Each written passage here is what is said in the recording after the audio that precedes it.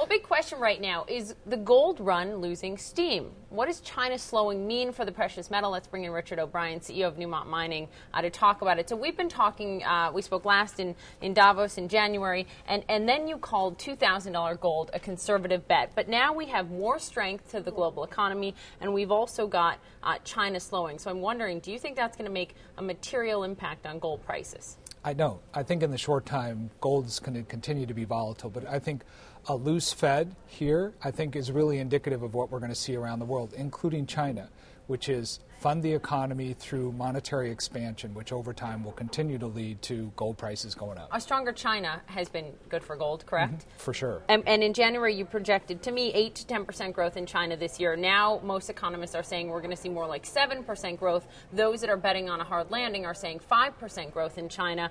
Has it changed your outlook at all for gold prices? In the near term, I think more volatile because people are going to be watching. But in the long term, I continue to be very positive on China. I think that as the world's largest gold producer and consumer, I think that they can impact the price, obviously, of gold. But I think importantly, it's an economy where the middle class is going to continue to grow. Infrastructure investment can get China out. The government can make that happen, and I think they will. I don't think they'll let the economy go to 5%. Clarify what you mean for me in terms of near term for China. We're talking 6 months? Yeah, I think 6 months to 9 months. We're going to see a change there as the economy comes down. I think the government's going to fund growth. When looking at Newmont stock, off about 11% year to date, off about 14% in the past month. What are you attributing that to? A couple things. I think one, I think this volatility in gold prices led everybody to look at all the gold equities and its underperformance versus gold, the bullion. Mm-hmm. And I think as well for our stock, what we're seeing is, like the rest of the industry, pressure on costs, operating and capital costs. So what to do about that? Well, gold-linked dividend pays people to wait.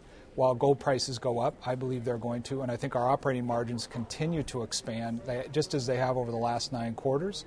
So I think there's performance embedded, and I think Conga and the issues in Peru bring some weight to our stock, and I think that'll get clarified in the next probably 60 days. What you guys have done, what Newmont has done, is directly tied its dividend to the price of gold. So I was reading your annual report, and it says you have increases in the dividend of somewhere between 20 and 40 cents for each upward or downward move per ounce of $100 an ounce in gold prices. I'm wondering how investors have reacted to that, because we have seen a pullback, but overall, has the play worked for you guys? Yeah, I think it has. I think if you go to the September date when we actually announced our gold price linked dividend, when we enhanced it upwards of $2,000, I think what we've seen is more close association between our share price and gold price.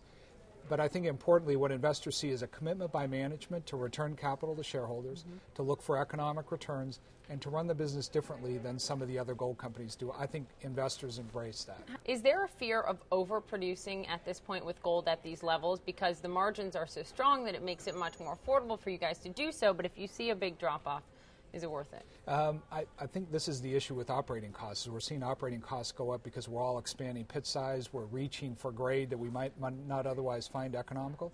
As long as we're not investing a lot of capital to make that happen, I think it's okay.